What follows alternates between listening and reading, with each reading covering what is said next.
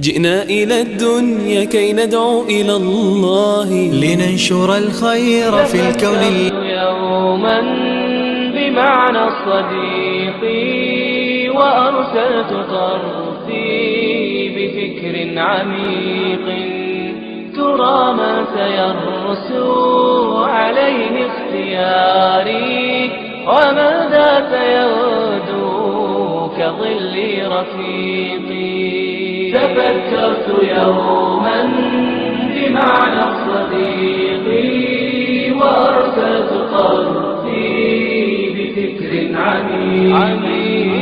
ترى من سيرسو عليه اختياري وماذا سيغدو كظل رفيقي وقالوا سيضنيك بحث دقيق فجهزت نفسي لبحث الدقيق ركبت البحار وخضت الصحارى وسرت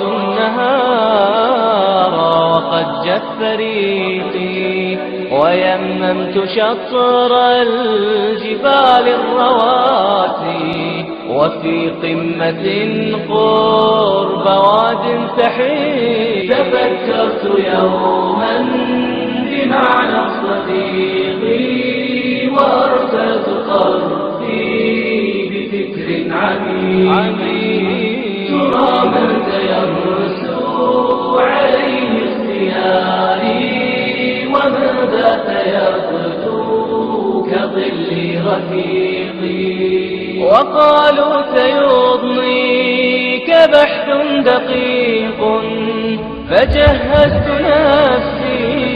لبحث الدقيق بسم الله الرحمن الرحيم الحمد لله والصلاة والسلام على رسول الله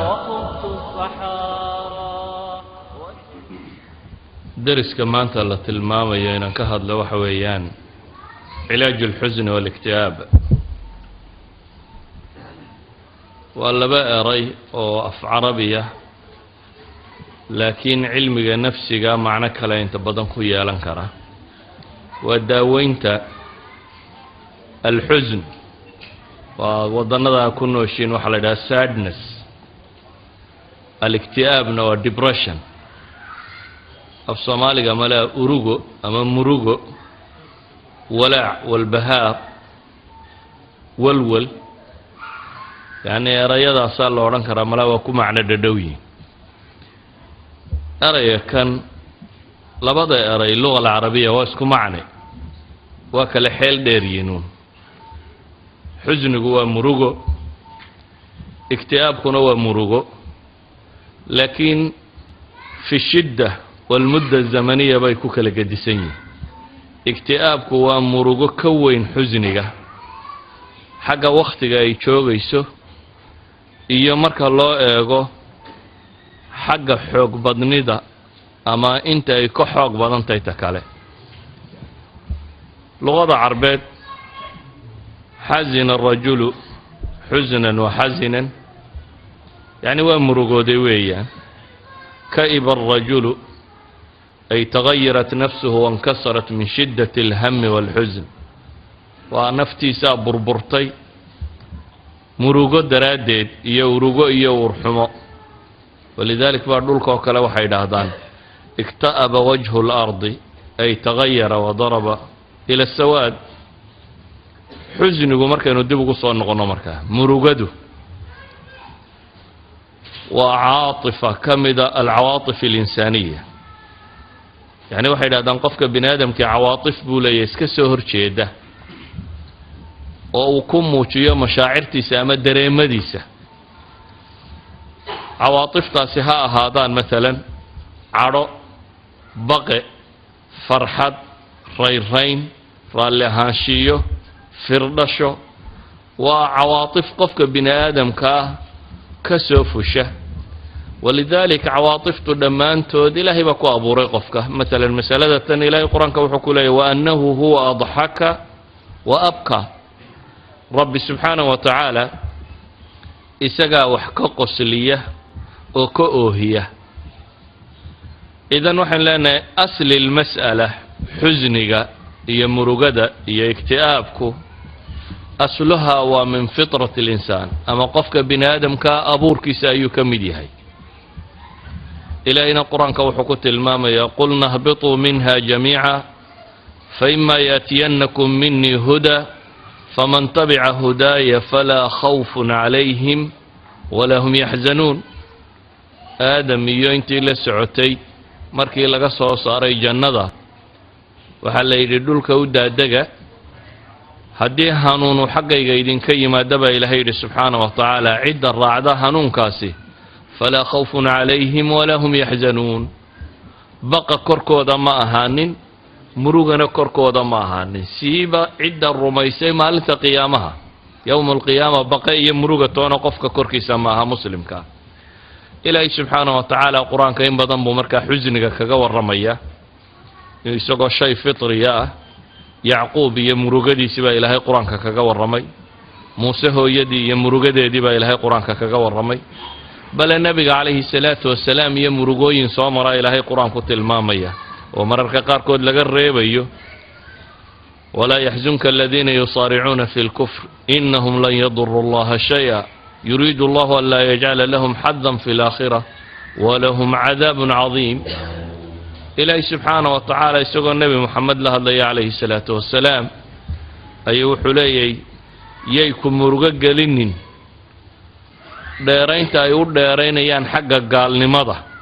ilaahay waxba ma yeeli karayaane. ilaahay baa wuxuu rabaa subxaana wa tacaala inaanay xad ama dheef ku yeelanin aakhiro. lacallaka baaqicun nafsaka anlaa yakunuu mu'miniin. ama kii ilaahay uu abibakar id yaquulu lisaaxibihi laa taxzan in allaha macana. asli lmas'ala ikhwatii markaa waxaynu leenahay xusniga murugaa la yidhaahdaa, laakiin murugadu hadday xadkeeda dhaafto xanuun bay isu beddeshaa. xanuunka marka isu beddesho xanuunkaas baa la yidhahdaa depression ama ikti'aab la yidhaahdaa. waa qofka oo murugada hilmaami waaya oo dabeetana psychologically fikirkiisu isbedelo oo ay xad xanuun ku gaadho. culammada badh waxay yidhahdaan erayada ah hamiga iyo qamiga iyo xusnigu waa saddex erayoo isku macno ah laakiin wakhtigay ku kala gedisan yihin bay yidhaahdaan. xusniga waa murugo wax tegaya, qamiguna waa wax markaa ku haysta murugada ka taagan, humuumta iyo khawfkuna waa waxa soo socdae mustaqbalka ku saabsan. laakiin culamaa'i nafsi qaybo ka midii waxay leeyihiin maya hamiga iyo qamigu waa natiijo ka dhalata xusniga ama murugada ka dhalata. si kale haddaanu tilmaamo adduunka aynu ku nool lahay waa meel loogu talagalay in laynagu itixaamo, waa meel cidhiidhi iyo dhib iyo wax ku cadhogeliya ay buuxaan. waana waxyaabaha jannadu ay kaga gedisantahay adduunka. jannadaa ilaahay wuxuu ku tilmaamayaa laa yamasuhum fiiha nasabun, inaan wax dhibi dadka haleelaynin oo dhibi ku soo gaadhaynin lagana soo baxaynin, bale inaada eray ku dhibo maqlaynin. laa yasmacuuna fiiha lagwan walaa ta'hiiman ilaa qiilan salaaman salaama. ama adduunku waa mucaanaa, waa mashkilad, waa rabshad. ilaahay baa qur-aanku le laqad khalaqna alinsaana fii kabad.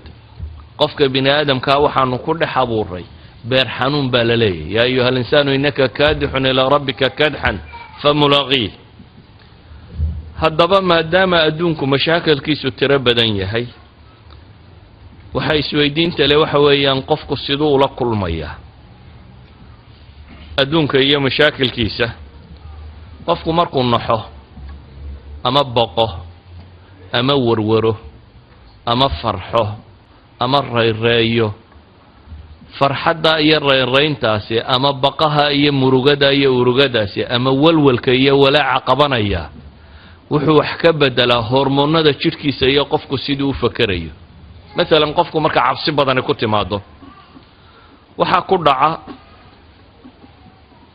qanjidhadiisa qaybo ka midi waxa ay soo daayaan hormoonno ama muudad dheecaamo. dheecaamadaasoo central nerve systemkaaga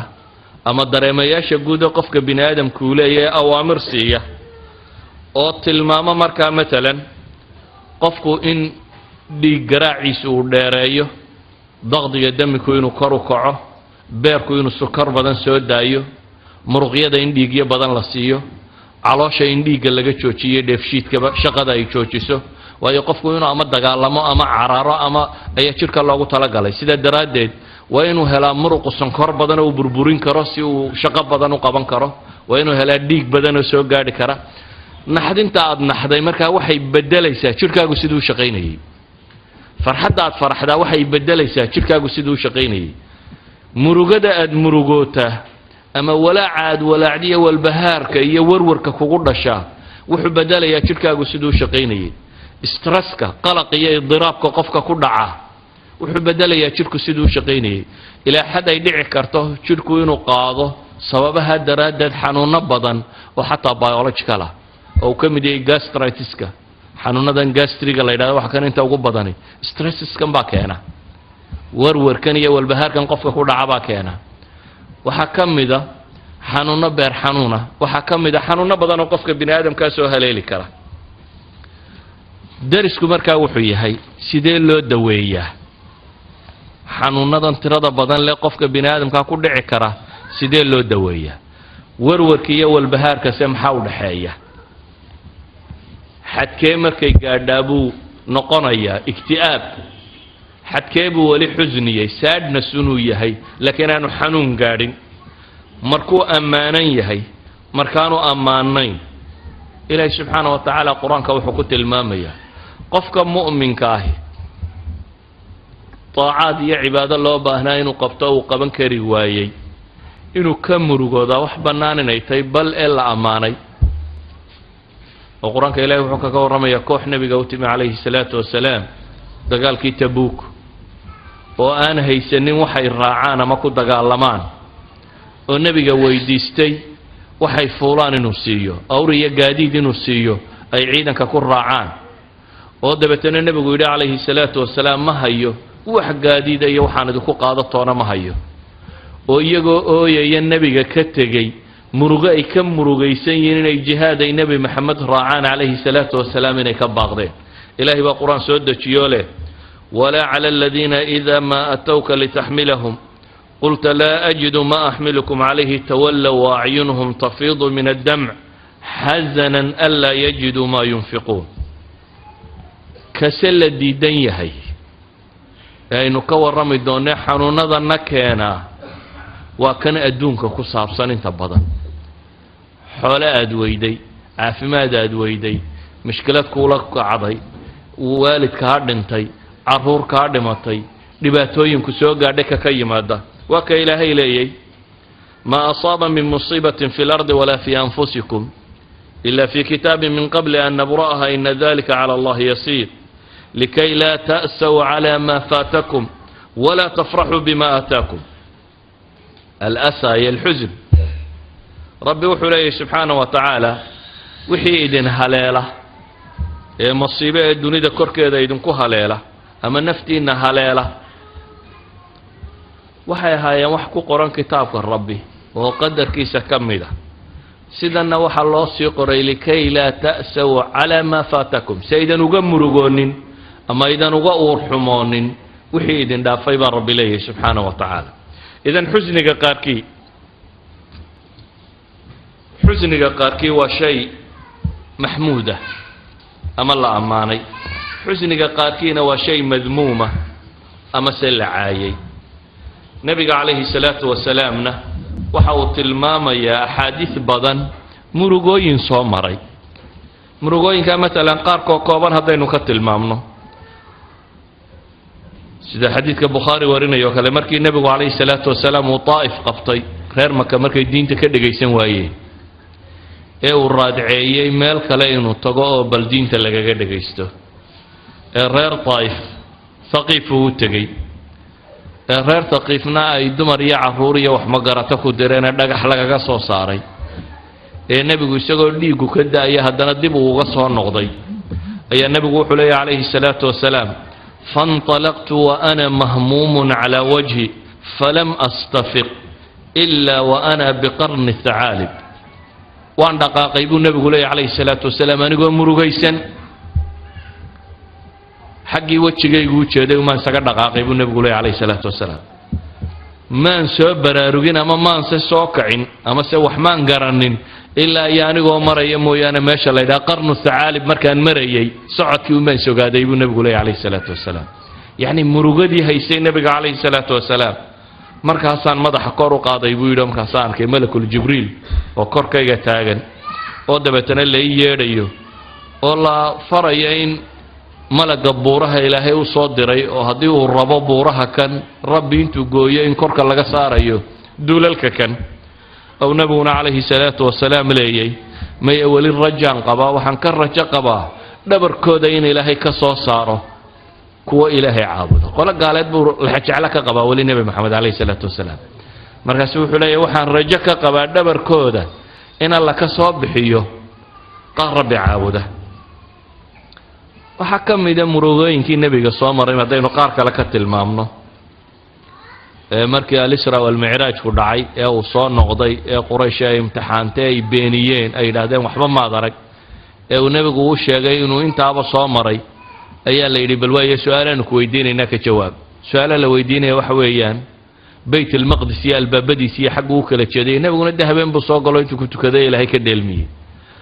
markaas baan kurbaday buu nabigu leeyahay salaatu wasalaam su'aalaha la weydiinay iyo meeshii aan waxba ka xasuusanin إلهي سبحانه وتعالى وكشفيه مركاسي دبتنا وحبها عبسن باليدو وحي ويدين يم بسيدو دانو أركاب النبي عليه الصلاة والسلام كوها يقوى الله مدي وحي تلماميان قفكو إنو مروغون كرو لكن تنا إنو كور رمينا كوى ماها تنا إنو كور رمينا وحويان واتو حنونة أو قفك حنون قارسين كرتا حنون كاسي wadna xanuun buu isu bedeli karaa dhiikar buu isu bedeli karaa rheumatism buu noqon karaa qarxatul maida calool xanuun buu noqon karaa xataa sonkorowga la sheeguu noqon karaa wuxuu noqon karaa xanuunadaasoo dhan qaar ka mida waxa sababi kara bay culimadu yidhaahdaan warwarka iyo walbahaarku marka uu xadka gaadho darisku markaa wuxuu ku saabsiisan yahay maxaa cilaaja warwarka iyo walbahaarkaasi waa laba nooc marka horeba waxa keena wax biological waxaan uga jeedaa waa xanuun depression kan qofka ku dhacay waa xanuun marka dambe isla hadal iyo waa la gaadhay laakiin xanuunkan ku dhacay mararka qaarkood culimada qaar baa waxay leeyihiin wuxuu ka iman karaa jidhkiisa khalal u shaqeeyay ama heredity dhaxaltooyo hore ha noqdo oo family iyo caa'ilada ay lahayd ama han noqdo bay yiraahdaan mesela al-ghudda daraqiya qanjirkan halkan ku jira oo dhacaamo badan soo daayo dhacaamadii loo baahnaa aan soo daynina khalkhal ku dhacay ama han noqdo qofka vitamiinisku B12 iyo wixii la mid ka yaraadeen kuwaasi waa dhan waa wax dakhiliya laakiin waxay yiraahdaan kanaynu inagu ka warramaynaa kamaha waxaynu ka warramaynaa waa wixii ka yimi asbaab khaarijiya asbaabta khaarijiga ay ka timi markaa waxa weeyaan qofka mushkilada ku dhacday qofka oo warwar galay qofka oo musiibo intay ku timi musiibadii xijin kari waayay xanuun bay dhashaa marka dambe waxaynu markaa soo bandhigaynaa cilaajkaynu ka warramaynaa uu yahay أحد العلماء المسلمين دكتور عبد الله الخاطر وارد الله ونحرسته وطبيب نفسي أنا نشيخنا رسالة وقري والحزن والاكتئاب لا يداده إيه علماء ذاك لا وحي كردية بين صابرين دوني ده حنون كان يوحي ما أنت كمدي حنون هذا وقت هذا بدل له حنون هذا سايكولوجيكال كما سايكاتريك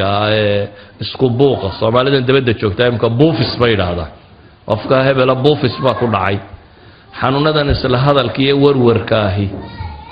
waxay ka mid yihiin xanuunada dunida ugu tirada badan leh walidaalka waxa la tilmaamaa Yurub oo kale afartii qof baa qaba bay yiraahdaan afartii qof ee kasta Yurubiyana mid baa liqa daawooyinkaasi loo liqo xanuunada nafsiga waxaad baahidooda ka garanaysaa axad adducaat sacuudiyiinta wadaadadan ducaadda mid ka mida buug yar qoray oo uu bixiyey laa taxzan waxay dhahdeen waa buugga ugu dabcad badan ee af carabi ku qoran 3 milyan oo nusqa laga iibsaday wadaadkiiba halkaa buug buu ka taajiray laa taxzan baa buugga la yidhaahdaa waxay isweydiinta leh dadku haddaanay xanuunka wada qabin ama baahidan iطmi'naankii baa la waayey weeyaan dadku xasiloonidii iyo deganaanshihii qalbiga ahaabaa lumay markaasaa warwariyo walbahaar adduunyo israaciskan baana intiisa badan keenay maxaa cilaaja baynu leenahay marka maxaa dawaa ugu horreyn waxaynu leenahay kitaabka qur-aan iyo sunnada nebiga calayhi salaatu wasalaam wiqaayo iyo cilaajba uu ku soo arooray wax lagaga dhowrsado warwarka iyo walbahaarkaasi wuu ku soo arooray oo marka horeba dafciya oo qofka laazima aanu ku dhacaynin in shaa allahu tacaala kaa khaarijiga aynu ka warramayno waxaa kaloo ku soo arooray wax la yskaga daweeyo oo qur-aan iyo xadiidba leh dhowr qodob baynu markaa tilmaamaynaa qodobka koowaad waxa weeyaan waa caqiidada islaamiga qofka muslimkii uu ka warwariyo walbahaar yaryay qofka aan muslimka ahayn caalamulislaamina wuu ka yaryay isagoo ka mashkilad badan haddana wuu ka xanuun yaryay marka loo eego xanuunada warwarka iyo walbahaarka ku saabsan iyadoo ay ahayd inuu maadaama uu mashaakilka yaalla ka tiro badan yahay uu ka tiro bato ayuu haddana ka yaryay baynu leenahay sababtu waa maxay sababta koowaad waxaanu leenahay waa masalatu alqadaa'i walqadar qofka mu'minkii wuxuu rumaysan yahay oo caqiidadiisa ka mid ah alqadaa walqadar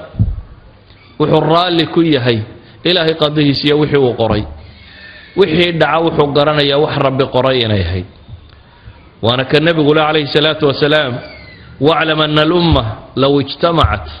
an yanfacuuka bishayin lam yanfacuuka ila bishayin qad katabahu allahu lak dad oo dhamme hadday isu tagaan oo rabaan inay ku anfacaan kuguma anfici karaan wax rabbi kuu qoray mooyaane hadday isu wada tagaan oo rabaan inay ku dhibaanna kuguma dhibi karaan wax rabbi kuu qoray mooyaane waataynu aayadda hadda soo akhrinaynay ma asaaba min musiibatin fi lardi walaa fi anfusikum ila fi kitaabin min qabli an nabra'aha ina dalika cala allahi yasiir wixii balaayaba dhacaba ilaahay yidhi horaan u qoray waana ilaahay agtiisa wax ka fudud maxaa sidaa loo yeelay likay laa ta'saw calaa maa faatakum baa ilaahay leeyay si aydan uga murugoonin oo uga warwarin oo uga walbahaarin wixii idin dhaafay walaa tafraxuu bima ataakum sidaydan ugu kibrin oo u qooqin wixii uu idin siiyo hadduu ku siiyana inaad aayar ilaahay u mahad celiso waanad qooqin berriba way lumi kartaaye haddaad weydana inaad waxba murugoonin waad tidhahdaa alxamdu lilaahi calaa kulli xaal ilaahay aad mahadiso subxaana wa tacaala idan waa dawo qofka mu'minka ahi caruur ka dhimatay xaas ka dhintay shaqo uu waayey makaano uu waayey warwarkiiyo walbahaarka ay ku abuurtaa xanuun kuma noqdo in western society wadannada reer galbeedka waxaa caanka ah recessioniskan dhaqaale markay dhintaan intaas oo dadaba isdila waayo boorsadii baa khasaartay uu lacagta gashaday dabeetana waxaa la odhanayaa maanta waxaa isdilay intaasoo dad ah sababtu waa maxay boorsadii lacagta khasaartay meelahan suuqyada lacagta markabu soo raraabaa degay inay waashaan oo dhakhtarka la dhigo iyo inay isdilaan labada midubaabay noqotaa inuu kaws kaga siiyo oo intixaar uu sameeyo suicide iyo in waali dhakhtarka lala dhigo ama qofka muslimka ahi inkastoo ay xanuun ku beerayso hanti uu waayey ama qof uu jeclaayo ka geeriyooday ama kan laakiin durbadiiba wuxuu rumaystaa in rabbi qadaray dabeetana wax weyn kuma noqoto alqadaa walqadar iimaanka la rumeeyaa markaa wax badan buu ka taraa shayga labaad aynu leenahay wax badan buu ka taraa waxa weeyaan aliimaanu bilyowmi alaakhir oo qofka mu'minka ahi wuxuu rumaysan yahay wax kastoo dhibo oo la timaada adduunkuba inuu wax yar yahay oo macno badan aan lahay wax qiimo leh markaad weydaaba dee la naxaa laakiin adduunka gebigiiba nebigu wuxuu leeyahy calayhi salaatu wasalaam low kaanat addunya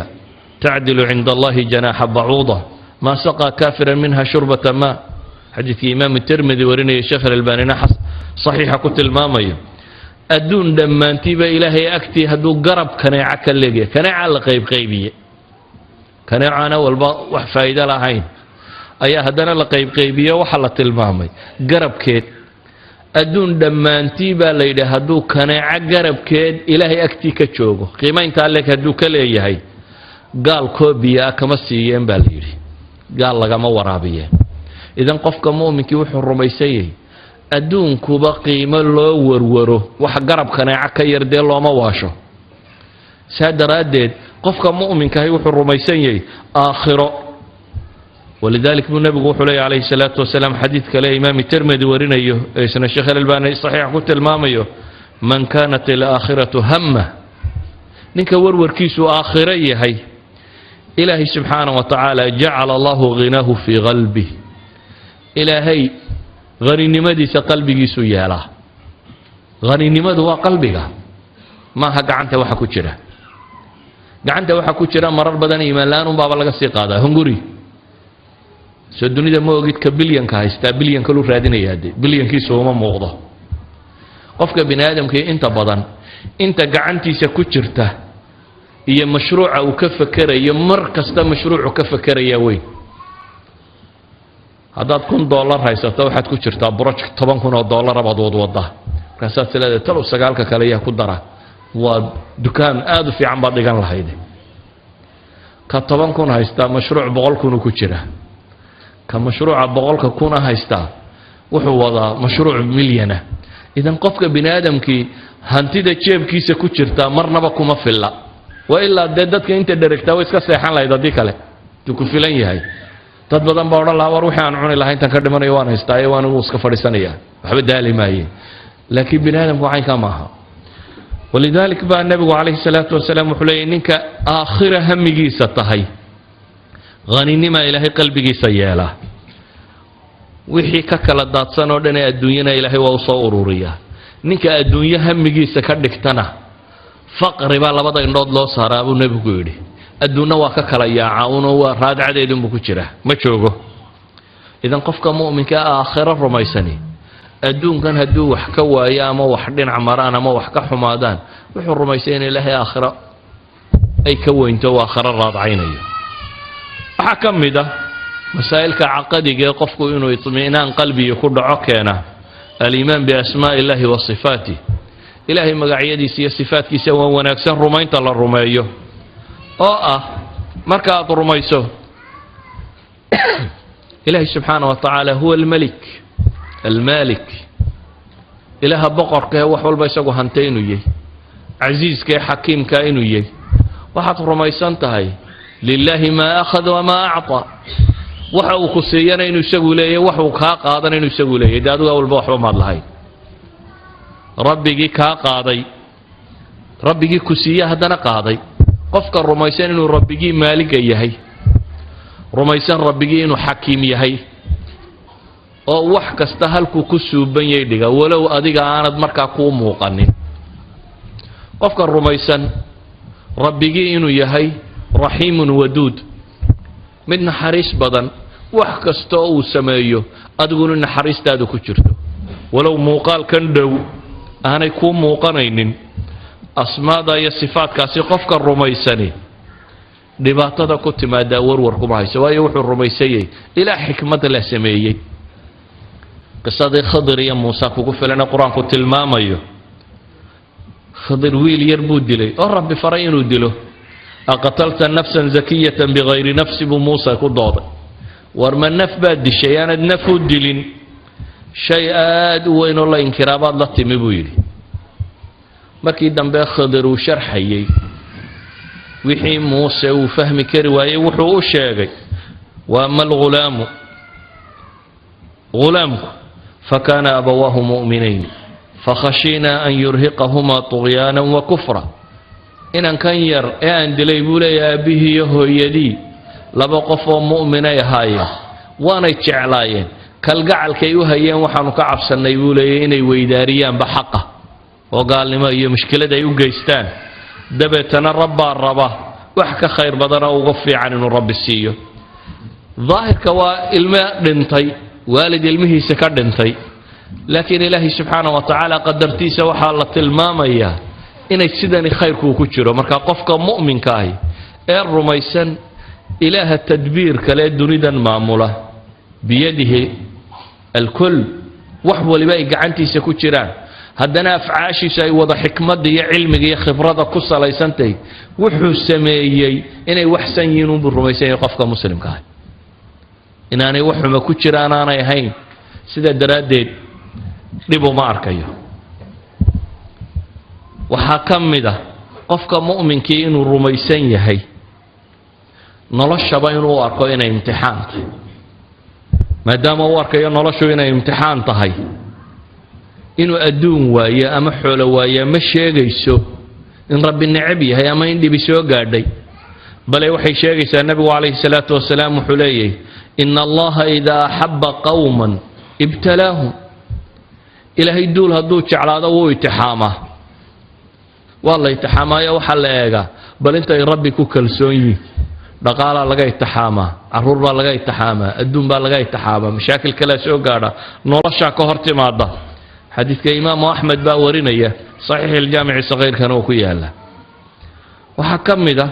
nabigu calayhi salaatu wasalaam inuu leeyahay ashaddu nnaasi balaa'an alambiyaa uma saalixuun uma alamhalu falamthal mafhuumka uu qofku nolosha u arkaa waxay tahay dadka waxaa u dhib badan nebiyada inta nebi dhib soo gaadhay qofay soo gaadhay ma leh nebi moxamed calayhi salaatu wasalaam inta dhib soo gaadhay gaal baa ka xoog batay oo cadaadiyey oo uu ka hijroodoo baxsaday oo ka daba duulay oo meel cidlaa uu ku qabsatay oo gaajo qabsatay oo gaajo daraaddeed nebi moxamed laba dhagax buu caloosha ku xidhay min saxaabiya intuu u yimi yidhi ilaahay rasuulkiisiyo bal waxaan haystaday gaajada beerku ka qaaday marada saxaabigu isagoo hal dhagax xidhan nabi maxamed alayhi salaatu wasalaam maradu caloosha ka qaaday saa laba dhagax baabu nabi maxamed xidhan yahay idan gaaju soo maray oo ciil gaaleed buu soo maray oo dhib buu soo maray oo dagaal buu soo maray oo wax walbuu soo maray ambiyada kale qur-aanka ilaahay kaga warramayaana sidoo kale bay ahaayeen walidaalika baa ilaahay qur-aanka wuxuu ku leeyahay dadkaba waxa uu imtixaan badnaa nebiyada uma saalixuun kuwa wanaagsan baa ku xiga uma alamhalu falamthal buu nebigu yidhi siday dadku u kala fadli badan yihiin bay mararka qaarkood u kala imtixaan badan yihiin xadiidka imaamu tabraani baa soo saaray saxiixu ljaamici sagiirkana waa ku qoran yihin idan waxaynu leenahay nebigu calayhi salaatu wasalaam wuxuu leeyahy qofka haddii diintiisa xoog uu ku jiro beladaa loo kordhiyaa buu nebigu yihi imtixaanka hadday diintiisa fudayd ku jirana waa laga fudaydayaa imtixaanka buu nebigu leeyahy calayhi salaatu wasalaam isna saxiixu ljaamici sagiirku ku qoran yihin arrimahaasoo dhamme waxay tilmaamayaan iyaguna inaanu qofka muslimkaa wax warwargeliye ahayn walidaalik balaayooyinka dhaca qofka muslimkii wuxuu rumaysan yahay in ilaahay dembi kaga maydho oo nebigu wuxuu leeyahy calayhi salaatu wasalaam xadiidkii saxiixeynka ku yaalay maa yusiibu lmuslima min nasabin walaa wasab qofka mu'minkaa ma haleesho daal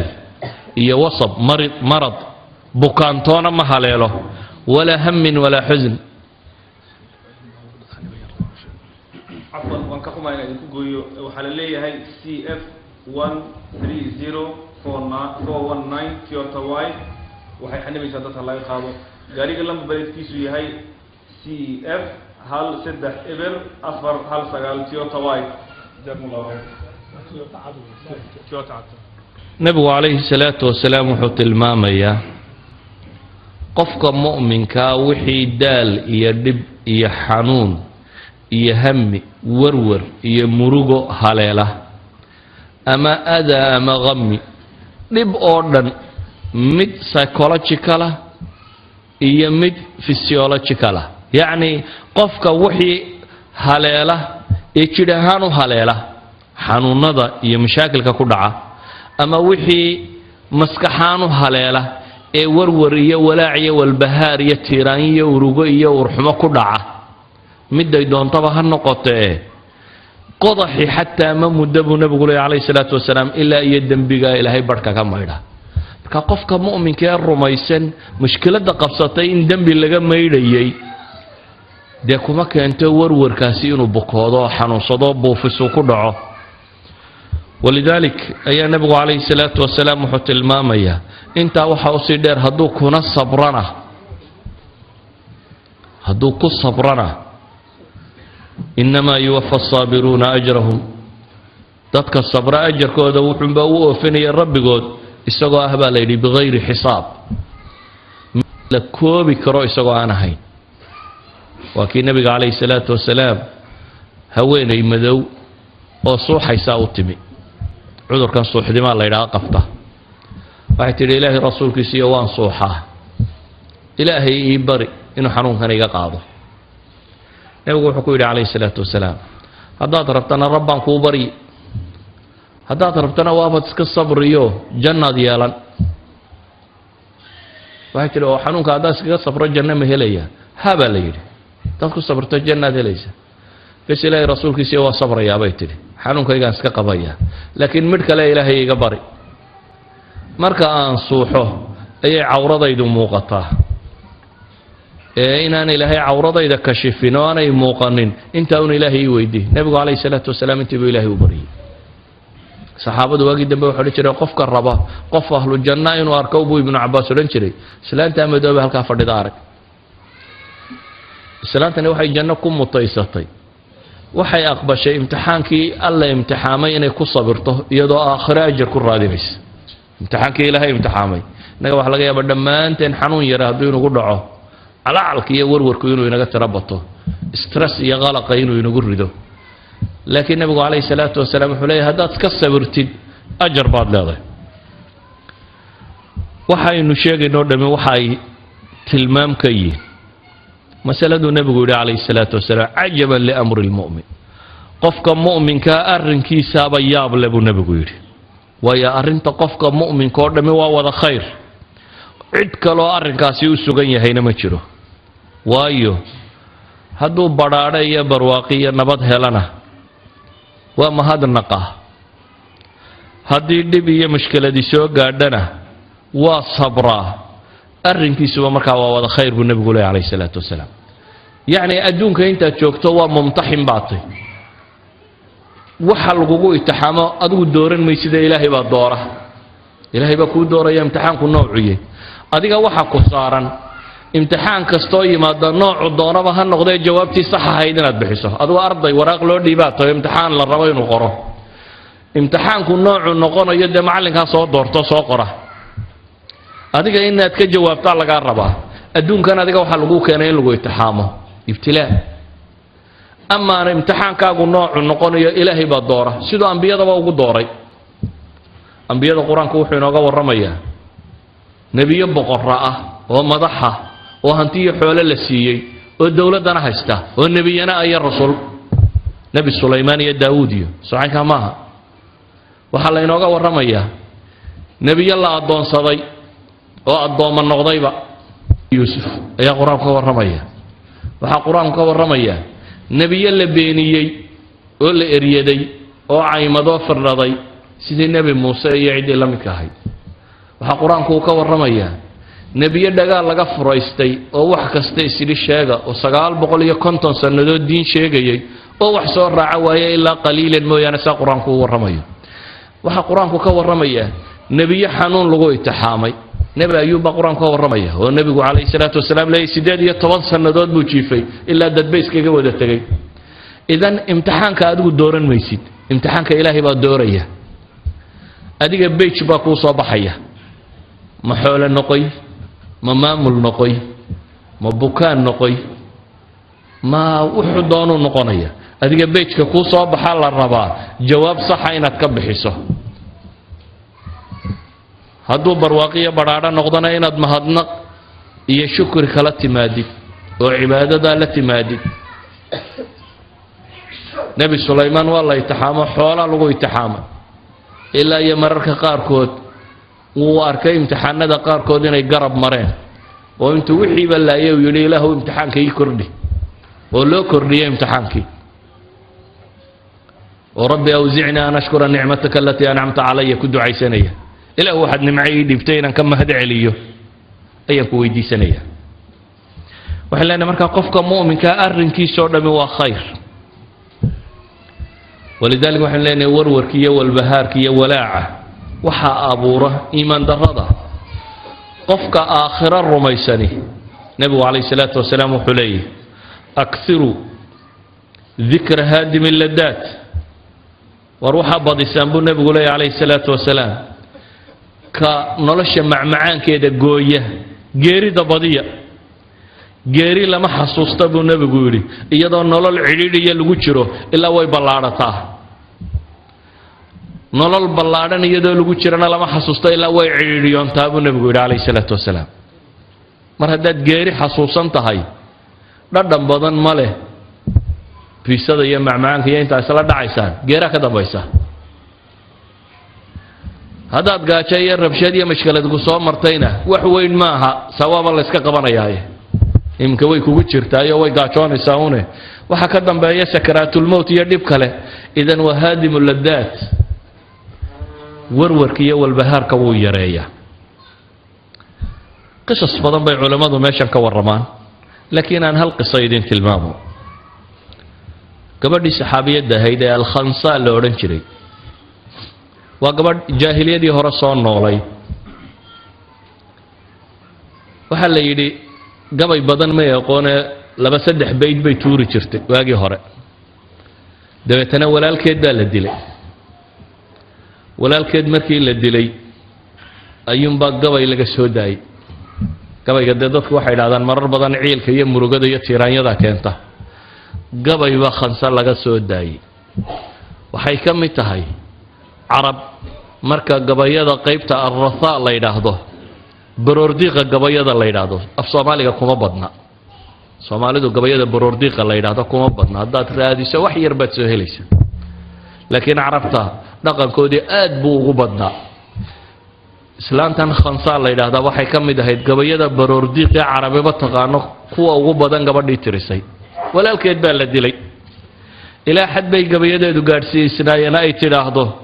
yudakirnii طuluucu shamsi sakhran wa abkiihi likulli guruubin cadceed kastoo soo baxdaabay tidhi waxay xasuusisaa walaalkay sakhar ahaa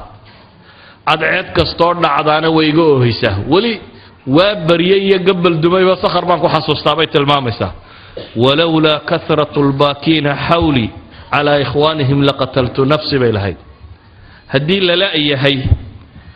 dad badan oo walaaladood dhinteen oo agtayda ka ooyaya haddaanan kuwa ku sabrayn oo arkayn bay leedahay beri horaaba nafta iska goyn laha ee markaan arkay qaar kaleo walaaladooda la dilo oo oohinun ku gaabsaday ayaan anna isidhi bay leedahay oohin ku gaabso islaantii sidaa ahayd ee walaalkeed sakhar waxa gabay la yaqaana af carabiga culuumi lbalaaqa lagu daraaseeyo adabkiiyo balaaqada gabayada rataaga ee ugu tirada badan le islaanta leh ayaa islaamtay markay islaamtay bay iyadii iyo inimadeedii waxay yimaadeen dagaaladii waaweynaa ee islaamiga xarbi alqaadasiya dagaalkii qaadasiya la odhan jiray ee beershiya dagaalkii ugu weynaa ee iiraaniyiinta lagu jebiyey furuska waa dagaal uu hogaaminayo sacd ibn abi waqaas axad alcashara almubashiriin saxaabo badanina ay la socoto 30 kun oo ciidan muslimiin oo saxaabo badan baa jooga 100 kun oo gaaleedna xagga kale joogaan dagaal adag oo dhex maray waa dagaalkii ugu weynaa ee beershiya lagu burburiyo ayaa muslimiinta dhex maray iyo nimanka gaaleed khansa 4 wiil oo ay dhashay baa marka kan muslimiin oo dagaalka ku jira hal subax baa 4tiiba la dilay 4tii wiilba waa la dilay dabeetana khansa baa loo yimo waxa la yidhi wiilashaadii 4 ahaaba maantay go'een maantay shahaado qaateen waxay ku jawaabtay ilaah baa mahad iska leh waxaan si rajaynayaa in rabbi subxaanahu wa tacaala aakhiran ugu kulmiyo nin walaalo ana intaasoo sannadood bay gabiyaysay 4tay dhasho maalin qura wada go'ayna waxba may noqonin maxaa u dhaxeeya waana iyadii uun habartu waa habartii salaatu wa salaantii waxba iskama bedelin waxa isbedelay iimaan islaantu waa islaantii waa qof dumara dumarku way ka depressionka way kaga badan yihiin baa la yidhaha ragga mashaakilka way uga jilicsan yihiin waxaa kaloo la yidhaha qofku markuu da' sii gaadhaba mushkiladda wuu uga jilicsan yihin oo ninka dhallinyaradii waxa laga yaabaa inuu is idhaahdo weli jaanis baad haysataa laakiin nin 60 sii maraya hadduu xoolo waayo waxaad moodaa inuu is leeyahay noloshu dee waa iska soo gabagabay wakhtigaad xoogsan lahaydna soo dhaaftay way ku badataa baa la yidhaahdaa qofku markuu da'du sii weynaado iyadoo da'deedii soo kortay oo weli gabadhiiya 4 mar laga wada dilay markaasaanay waxba iska bedelin waxay leenahay sababta waxa weeyaan waa iimaanka qalbiga degay iyo caqiidada degtay qodobka koowaad markaa waxaan leenahay daawada ahi waa caqiidada qofku uu si fiican u fahmo qodobka labaad ee daawada ahi waxa weeyaan waa at-taqwa wal-amal as-salih إلهي قرآن كوحو كليه من عمل صالحا من ذكر أو أنثى وهو مؤمن قفك عمل صوبان سماية لب أمد الدق إساقوا مؤمنة فلنحيينه حياة طيبة وحن النولين النبا إلهي ليه نولل في عن ولنجزينهم أجرهم بأحسن ما كانوا يعملون آخرنا بحي عمل سمايستين بانو كعب المرنين nolosha fiicani waa maxay bay yiraahdaan culimadu waxay yiraahdaan nolosha fiicani waa nolosha sacaadada itmiinaan kale waa nolol sheegaysa deganaanshiyo inuu qofku deganaado oo aanu warwarin oo walaacin oo walbahaari tamacneedu waxaan qofku hadduu cibaadadiisu fiicnaato dhikrigiisu bato ilaahay uu ku xidhnaado ala bi dhikrillahi tatma'innu alqulub ayaa ilaahay quraanka ku leeyahay ilaahay xuskiisa ayaa qalbigu ku xasilaa qofkii cibaadadiisa iyo khayrkiisu bataa oo xasilaa waxaan leenahay waxyaabaha keensanaya in iimaanku in la daweeyo xanuunka kan waxaa ka mid ah nabiga calayhi salaatu wasalaam camalkaas saalixa iyo iimaankaas iyo dikrigaas iyo aakhiro rumaynteedu wax badan bay bedelaan waxa la leeyahay weli gawaadha laga cabanaya gaadhi CY 71616 oo blue ah oo Corolla ah oo modeladii gaboobay ah halku yaalaha laga qaadaa la leeyahay gaadhi CF ah oo 130419 oo cadaan ah oo Toyota ah isagana ha laga qaado meesha yaalo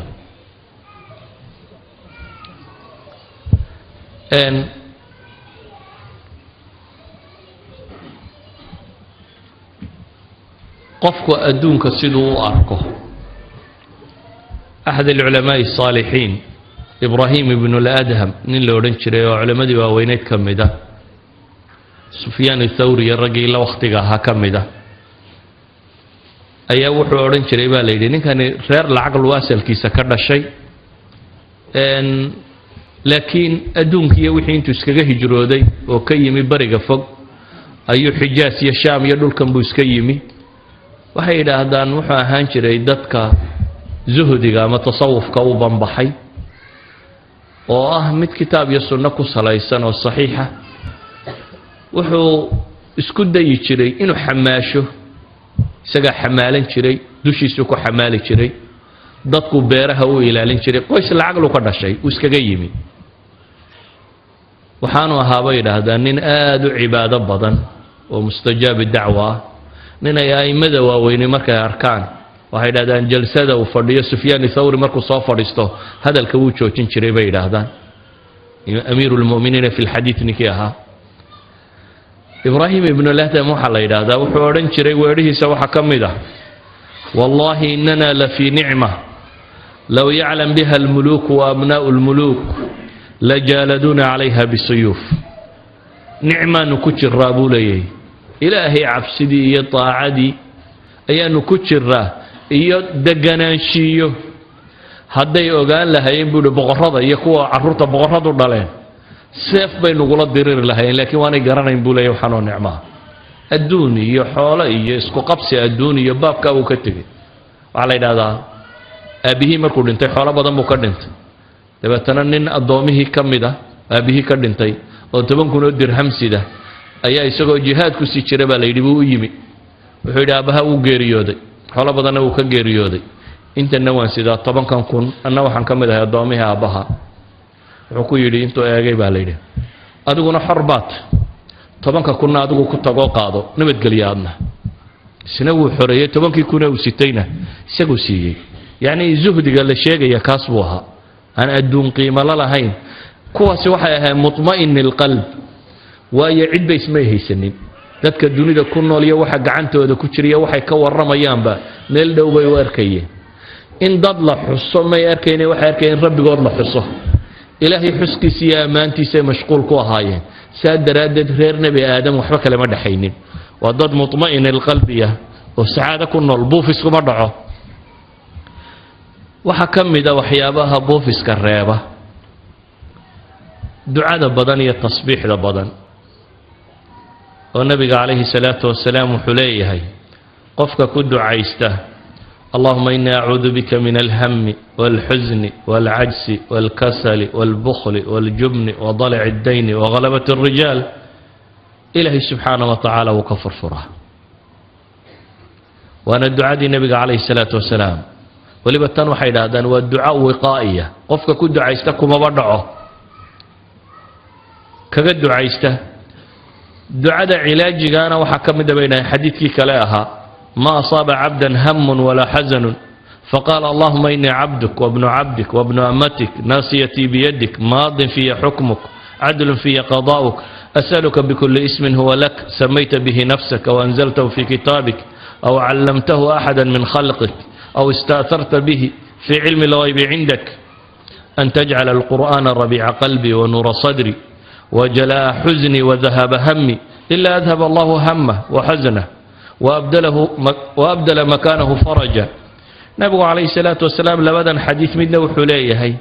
والدعاء وقائية قفك كد عيستكم مرضع وحكني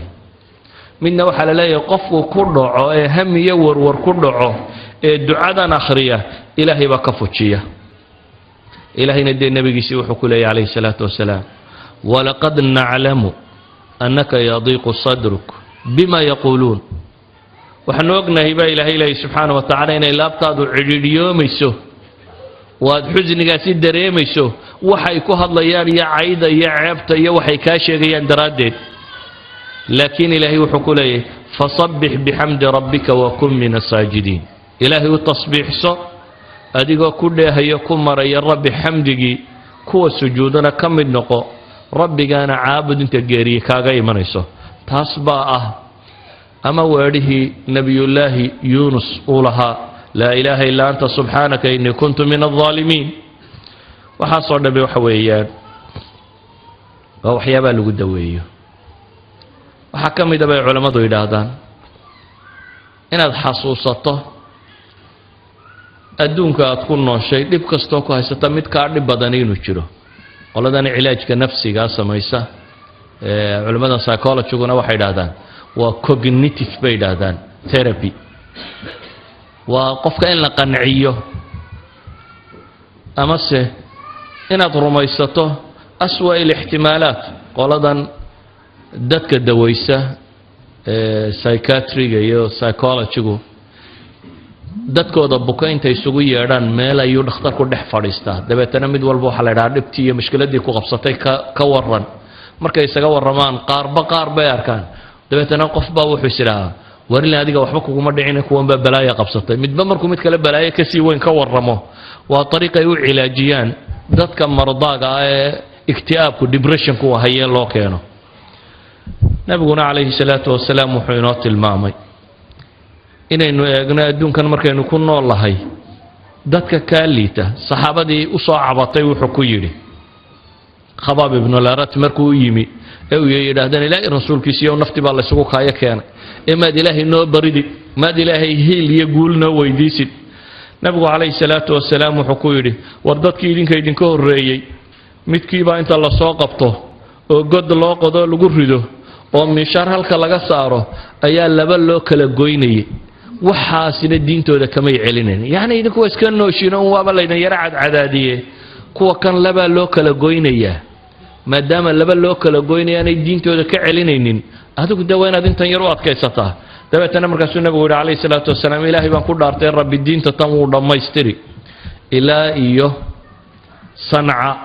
qofku uu ka yimaado ilaa xadramoot isagoo aan ilaahay mooyaane cid kale ka baqaynin masaa'ilka aynu tilmaamayno dhamme waxay sheegayaan in qaabka loo daweeyo qaabo badan ay yihiin waxaa ka mid a waynu leenahay waxay gaaladu yaqaaniin peak theory oo ah noloshu weji kastoo xuno ay ku tusto weji fiicanna inay yeelan karto inaad aragto inaad ka eeginoo qura dhanka xun ama si kale haddaynu u tilmaamno nebigu calayhi salaatu wasalaam wuxuu leeyahay ka kaa hooseeya eeg unduruu ilaa man huwa asfala minkum haddaad adgu xanuunsanayso mid kaa xanuun daran unbaad arki haddii faqri ku hayo mid kaa liito kaa faqri badan baad arki ha eegin inta ku dhaanta ee inta badan waxaad u fiirsataa kuwa noloshoodu kaa liidato dee weli c f yadiinii baa socda ee gaadhiga c f 124209 oo Mazda ah iyo gaadhiga CY 132940 oo Nissan labadaba meesha qayaalin ha laga qaado fadlan gawaadhida ayaan lagu dhiman bini aadamka kale adan naasi ma banaana marka baabuurta dariska iyo guryaha dariska iyo meelaha aan baarkinka ahayn ha dhiganin meel hagaagsan dhigta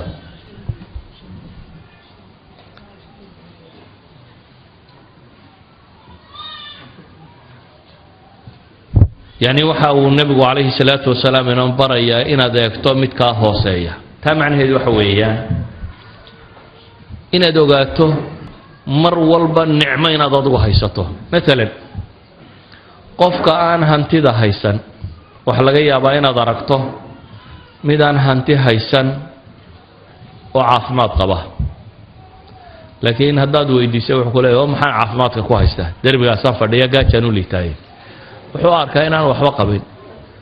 cagsigiisa waxa laga yaabaa inaad aragto mid milyaneer ah oo inta macaan iyo barashar iyo balaayo dham isugu timi wixiisii wax ka liqi kari la oo dunida dabadeeda haddii dhakhtar lagu sheego la yidhaha waxaad haysataba keen waa lagu caafimaadinayaa ogol hadduu kan caafimaadka qaba waxa la yidhi bal kuwa buka soo egtay dhakhtarka tago oo waxa dad jiifa iyo waxa nin liita iyo wax mid maal qabeenaha naftuba haysato uu arko dadka hadduu waraysto yidhaahdo war bal warrama waxay odhan lahaayeen waxaanu haysano caafimaad waa siisan lahay markaasuu garan lahay intaaj saaran yihi laakiin aanu arkaynin waxay yidhahdaan sixadu caafimaadku waa taaj kuwa caafimaadka qaba saaran mase arkaan kuwa buka mooyaane kuwa kale adigu waxa laga yaabaa inaad dayrinayso leedahay maxaan haystaa waad si caafimaad qabtaa waxaad haysataa caafimaad idan nolosha gebigeeduba waa sida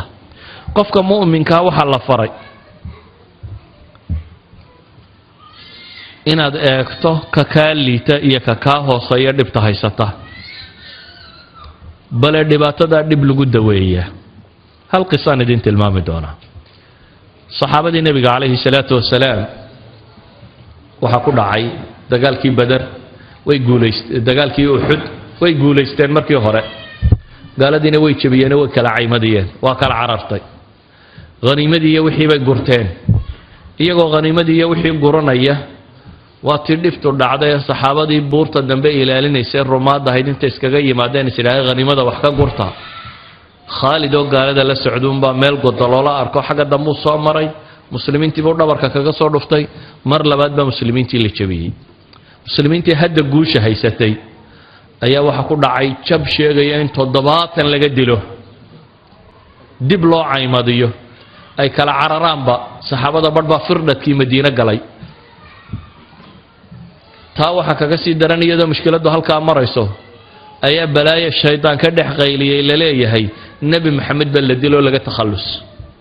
intii goobta ku soo hadhay ee markaa dagaalamaysan markay maqleen nabigiiba wuu dhintay ay iska fadhiisteen إلا سعد بن الربيع أحد الصحابة وصامر عمر يرق مال فرديو إلى ورمحا قبنا إنسان ورسالة ومحانو سمعنا دين النبي جيب اللي عفوا هذا اللهم يا شيخ أنا بروفم كتلقى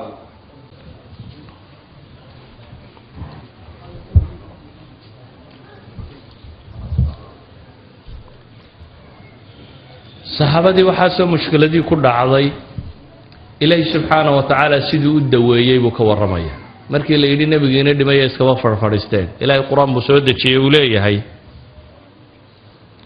waxaa rabbi tilmaamaya id tusciduuna walaa talwuuna calaa axad wاlrasuulu yadcuukum fii ukhraakum faasaabakum gaman bigamin likay laa taxzanuu calaa ma faatakum walaa ma asaabakum wallahu khabiirun bima tacmaluun ilahay wuxuu leeyay waxaad xustaan markaa sii yaacayseen baa la yidhi aan nebiga cidiba dib u soo eegaynin ee uu nebiguna xagga dambe idinka yeedhayay rabbi wuxuu leeyahy wuxuu idinku abaalmariyey faasaabakum baa la yidhi gaman bigamin murugo kala dul saaran baa laydinku abaalmariyey culammadu waxay dhahdaan murugada labaad waxay daawo u ahayd murugadii hore waayo fij'atan baa la tasxiix culamaai nafsi aayaddan markay sharxayan waxay leeyihiin saxaabadii markii hore way jabeen waa murugoodeen oo haziima ku dhacday mar labaad bay haddana murugoodeen markii la yidhi nebi maxamed ba dhibay tii hore waxay ku ilaabeen tan dambe oo nebigii baa dhintay baa la yidhi calayhi salaatu wasalaam mar qura fij'atan waxaa caddaaday inaa nebi maxamed dhibana uu dagaalka joogo goobta taagan yahay dabeetana waa farxeen farxadday nebi maxamed ku farxeen waxay ilaabeen wixii hore oo dhan idan labada hamigii hore haziimada waxa ilowsiiyey baa la leeyahay hamigii dambe ah nebigii dhimay markay been noqotayna dib bay u farxeen waxa laga daweeyey xusnigii oo dhan walidalik baa ilaahay leeyahay likay laa taxzanuu calaa maa faatakum faasaabakum baa la yidhi gaman bigamin maxaa loogu abaalmariyey hamiga dul saaran likay laa taxzanuu calaa maa faatakum baa ilahay yidhi si laydinka masaxo tii hore oo wixii hore a idinku dhacee mushkiladaha a u ilowdaan idan balaayooyinku way ismasaxaan iyadoo balaayo ku haysato mid kaa daran haddaad aragto taadii waad ilaabaysaa adigoo balaayo ka badan rajaynaya hadday yarato maalan gaadhaa kula qallimay adiga iyo afartaadii carruuraba aad mi yarbaashay hadhow baad soo mirowda bal warrama baad tidhi markaasaa lagu yidhi yararkii labaa dhintay waxaa laga yaabaa inaad tidhahdo alxamdulilahi rabbi alcalamin waayo waxaad tilahayd afartiiba tage laakiin markaan laba qura waad ogashay haddii lababa soo hadhay ilan halkaad joogtay aad ka fakeraysa waxay ahayd inaad afartaba weydo laakiin haddii lagu yidhi war labaa weli kuu nool waxaa laga yaabaa inaad u aragto musiibadu inay khafiif tahay idan masaa'ibtu waxay yidhaahdaan culammadu badhba badhka kale waa lagu daweeyaa walidalik baa waxaa la leeyahay war dadka kale dhibtu haysta arka waxaan ku soo koobaynaa wakhtigii oo dhammaadaan umalaynaya wakhtigoos ka yar daraaddeed waxaan ku soo koobaynaa waxyaabaha wax lagu daweeya waxaa ka mid ah xusnu dan qofka warwarkiiyo walbahaarkani ku dhaco marar badan mala xun buu qaataa dabeetana wax walba wuu ka shakiyaa inaad maxmalka fiican saarto dhakhtar baad tagtay dhakhtarkii baad hore u weyday waxaa laga yaabaa inaad tidhahda inuu ila kulmaa baanu doonaynin ama ninkan waa isnacno inuu daweeyo ma rabo wakhtigii waa gaadho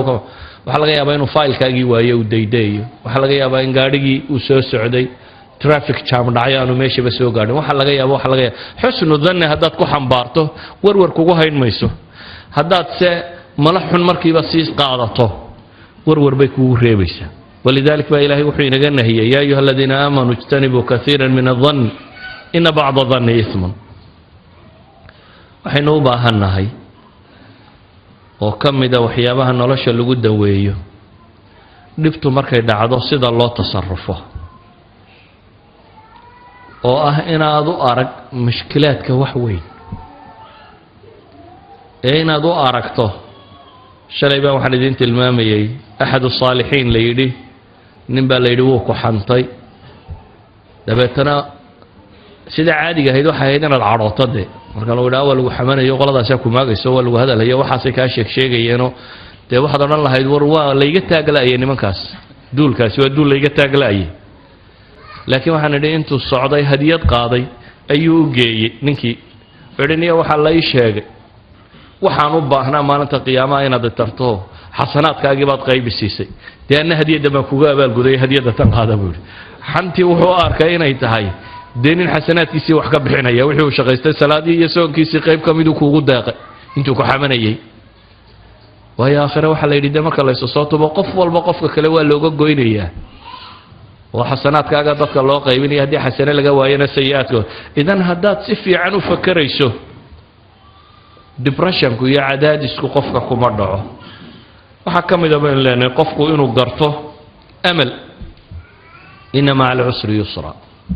nolosha inaad amal digin inaad garato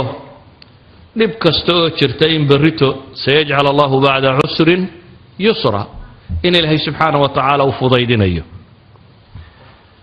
waxaan ku soo koobayaa waqtigaas ka kooban daraadeed xusniga iyo iktiaabku marka hore qofka muslimka waxa keenay inuu ka dheeraado وهذا tawxiidkaaga iyo caqiidadaada iyo diintaada si fiican u rumaysato adduunka iyo qiimihiisa si dhab ah u fahamtid aakhira iyo waxa dambeeya abaalmar si wanaagsan u garatid imtixaanka rabbi iyo qadaa iyo qadarkiisa adiga inta kaaga soo hagaagtay si wanaagsan aad u fahamtid tiiraanyoon maysid wax kugu dhacay ka tiiraanyoon maysid laakiin qof kasta oo xanuunku ku dhacay waxaan leenahay dhakhaatiirta la xidhiidh أطباء نفسك هو دخاتير واحد وياه وحاينو قاعدة صوت شيغني واستعمالان زايد وحي كلو استعمالان دو زايد قاركود وحي كلو استعمالان كهرباء الكتريكال شوك midna ogsoonow Soomaalida waxyaabaha ka qaldan waxa kamid ah xanuunada qaar bay ceeb u taqaana qarisaa qaarna way sheegtaa war xanuunadu waa isku mid hadii wadna xanuun kugu dhaciyo hadii beer xanuun kugu dhaciyo hadii neerfu ku xanuuno dumada ku xanuuna waa isku mid midna adigu ma adkeenin mid walbana Ilaahay baa keena waa isku mid oo mid walba cudwi shirkaaga gobol kamid un baa buka ka wadno xanuunaya wuxuu oranayaa waniyo wadna ay xanuunayo waa liita kamadu xanuunaya isagoo qarsanaya wuxuu sameeyaa wax lagu oran doono wuu waashay iyo wuu waalayeeyo hadduu idhaa madaxay xanuunayna kuwan kale laftooda buuf isku soo ridayo oranaya war wuu waashay iska ilaaliyo war maaha waa xanuun caadi ah qofka bini'aadamka ku dhaca depression kuna waa xanuun xataa hadaan la daweynina qofku si caadi ah u dhaqmo laga yaabo 9 months meelahaas inuu kaga bogsado laakiin hadduu dhakhtar si fiican ula xidhiidho waqti yar buu kaga bogsanayaa bidin Ilaahi ta'ala إذا النبي يقول عليه الصلاة والسلام إلهي حنون ما سود دجين إلا داودي سنو سود دجي الدوما إلهي استوي أبو النبي عليه الصلاة والسلام مدنا اسكو إيغا لما أورن استوي حنون لغاية أبو طوان مروك كنين أين قاطين كجبك سن لهيد أيو قفكو قرصنا يا إلا ينتو مرضى كردقنا يا مكوالا أيو أما وضفر يا اسكو دي يا إنو إذا هذا ورم حنون صنايو حنون كلا تلينيا وحنون بني آدم كقدعة حنون هذا كلنا لمده كعلى الحنون كهيا يكاودنا حنون كهيا يكابر حنون كهيا يكامسك حنون كهيا مدول بعضو كمدة شركي سحنونيا مدنا يسقو مكاني مدول بنا الداولي مدول بنا ولا الدوين كره خاطر تمدح الدويسان ما هذا ضدك الدرجون عفسية وح لغوا شام وح دقن كهذا يكسيني ولا دواء عادية إذا وحين إذا كلت لنا وحويان كو قفك مؤمن كي هذا مسائل كان خارج جاي ويسكت دوين كرا لكن كون يقوى كلبه هذا لا تشط الطبيب كاجا ولي خاصة وحن شعلان لها الطبيب كنفسي إنه طبيب نفسي ومسلم النقضة ويا كاسة قرنا يسيد أدو فكر يصير رسمي جا بس كحده هذا يسقل دنو فكرته وحي سود ديسا أوامر قلدن أما قد شدد الشركة كتير دعامة سود دايا وحي سود ديني عند دعامة قلدن وما دعان الله بهنا ينصاب حبان صاب حين دبتنا تشوفوا سيدو وحما ملا يا قلدمية أما دعان كوانتير لوجا بهنا بتشوفوا دعان بدن كسود دينية دبتنا تشوفوا سيدو شقين يسا قلدمية حنون هذا نفسي انتو ذا وجب بدن هذا قرصتنا حنون عضوية نوي سمايا على الحنون بي كانان روماتيزم بي كانان وضن حنون بي كانان على ده سكرو بي كانان بلاد بريشر بي كانان كل ذلك حنون نفسي هو كاني كرابي علماء هذا marka inta xanuun nafsiyo fudud iska daweyn lahayd hadhow yaad la eedaadin dhiikariya kaadi macaan ama wadna xanuun yaad la eedaadin xanuunku waa isku wada mid waxaad u baahantii hadaad buufis dareentiyo hadaad buuq dareento hadaad seexan weydiyo haday cadhadu ka badato hadaad cadho badan dareento hadaad shaki badan dareento hadaad wax maqmaqasho sidii qof codaduun maqlaya ama in la xamanayo haddaad midaba aragto qof uun ishiisu mararka qaarkood dad hayru caadiya wax arkayaan marar badan baanay jibankan iyo waxaan ay isu sheegaysaan ahayn ay yihiin xanuun psychological oo u baahan inaad dhakhtar tagto idan ikhwati fi lcaqiida ugu horreyn waxaan ku leenahay caqiidadaada saxo waa sax wardigaaga badiyo dikrigaaga laa ilaaha ila allah subxaana allah alxamdu lilah salliga nebiga badso waa lagu degaa cibaadaadkaaga badso rabbigaa kalsoonidiisa badi basharka iyo waxay walaaqayaan ilow intaa kadibna haddaad daawo u baahantahay isdaawee waa yar dhakhtar tag asalaamu calaykum waraxmat ullahi wabarakaatu وعليكم السلام ورحمة الله وبركاته جزاه الله خير الجزاء شيخنا الشيخ مصطفى حاجي إسماعيل هارون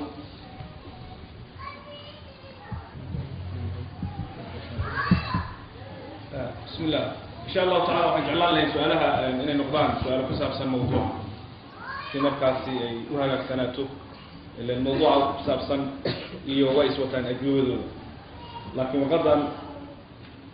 روح الصوف ويدعو دربنا يقولي هاي شيخنا مصطفى الله درتي أيام توجع على هاي أبينا يدعي هنوك قد يبقى ربي هاي تجعل هذا إلهنا وحن كوضا برينا قفكا ينتهينا كلامين حق الله ينتصه اللهم أرنا الحق حقا وارزقنا اتباعه وأرنا الباطل باطلا وارزقنا اجتنابه إلهي وحن ويدي سنة سبحانه وتعالى شكي نبي محمد مري يا صالحين تي توصنا إذن ربي نقوها نونيو كوي دين تاسلام كاكو ولا لو بكل رقمانين إلهينا غيره صلى الله على نبي محمد وعلى آله وصحبه وسلم جزاه الله خيرا سؤال تاريخ هذا هو كسوفر يقول لي هاي الشيخ وحنظل كان جوغان مدو 4 سنة حاسكينا وكلام قمح يمدو ما دام من آل كريم مسؤول كين كرا ظل كان مديني كرا قبل الآن حديث أين بوت كان كوكولا نو ضد كهرتو ذا هبو كسين كرا سهل ما هي بسم الله الرحمن الرحيم Soomaalidu waxay yiraahdaan waxaan caaniyo nabad baahayn waa la kala qaadaa bay yiraahdeen waxaa muuqata dhaqamadii gaalada inay idinku soo dhawaanayaan intaad salaantaada banaanka ku qabsan lahayd guriga la tag yani shariicada islaamiga xishood baa layna faray iyadoo xalaal ku ah wax layna faray xishood iyo wanaag inaynu ku dhaqanno iyo inaan lagu tuhumaysanin nabigu calayhi salaatu wasalaam isagoo masjidka ictikaafsan ayaa haweentiisii ka midii u timi dabeetana cabaar bay u sheekaysay markii dambe nabigu sii dhaweeyey sidii gurigeedii gee kadib baa laba saxaabi ka soo horbaxeen markay arkeen nabiga iyo gabadha la socday isdadbeen markaas wuxuu ku yidhi calaa rislikuma waxba ha degdegina waa aniga iyo safiya buu nabigu yidhi calayhi salaatu wasalaam yacni maada allahi ba ilayna ilaahay rasuulkiisa iyo maadaan ku tuhmaysanayna dabeetana wuxuu yidhi shaytaanku bini aadamka wuxuu ka maraa majra dam halka dhiigu maraa buu maraa inaan shaydaan qalbigiina wax xun ku ridinayo soo nabi maxamed baa gabadh la socday ayaan rabaa idin dhahdo waa taan qabay nabi maxamed isagoo aan habsiin inay isdhinac socdaan ayuu saxaabigii arkay wuxuu leeyahy war waa taan qabay ee sidaa ogsoonow markaa mawaaqifu tuhma laysma taago iyadoo xaaskaagiiya xishood gurigiina taga asalaamu calaykum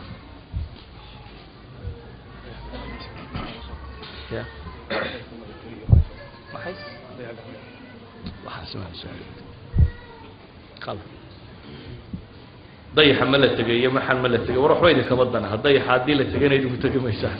haddaan la tegina shaqadiina maaha wax diin oo idin anfacaan isweydiino asalaamu calaykum sidaas ayaan idin leeyahay macnaha mawduuca as'ilada ay noqoto as'ila mawduuca weydiin ku saabsan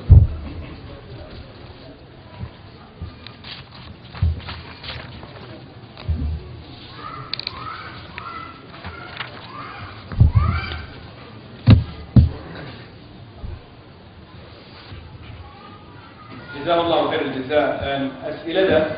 سيدنا وكلا وحيكون في عنها أنت لا جمعيه ما دام يسمى موضوع علاقات خاصة لهين مثلا ضيع قعمتك ولا تري كورم ديارتي بقى كاشكي له راعي لله دوكيومنتي لا تحريبات ليس هاي جزاكم الله خير. موضوع إن شاء الله تعالى أسئلة وحيكون في عنها هي سيد حالك الأسئلة دي وجيها علماء ويدي لها هي مركلت كذا تنجاني سنواركنا إن شاء الله تعالى. لكن شيخ كستان محاضرة وبحين يسؤال شكل سابسا أيام مهمة له وهذا كان كل أرضي ولا سواها موضوعي بحو سؤال شكل سابسا أيام اليوم في ذلك شيخ سؤال اللي يدينا إنه أقوم أجعليه مركا جزاكم الله خير الجزاء. شيخنا أقوم أسيهي وحاي نوحي دون هاتنا بكرة لنقول محاضرة كله وأيضا العنوان كيدي هي حقوق كجرا حلقة الصومالية حلقة صومالية حقوق كجرا موضوع إن شاء الله تعالى دقائق يرتدي بيومي دونا صبرة إسكان معرفة إن شاء الله تعالى تسبيح صبرة صلاة المغرب وحاول ويسودوا لهي قبل صلاة المغرب أيام موضوع رمضان إن شاء الله تعالى وجزاكم الله خيرا. تفكرت يوما بمعنى الصديق وأرسلت طرفي بفكر عميق ترى ما سيرسو عليه اختياري وماذا سيغدو كظل رفيقي. تفكرت يوما بمعنى الصديق وأرسلت قلبي بفكر عميق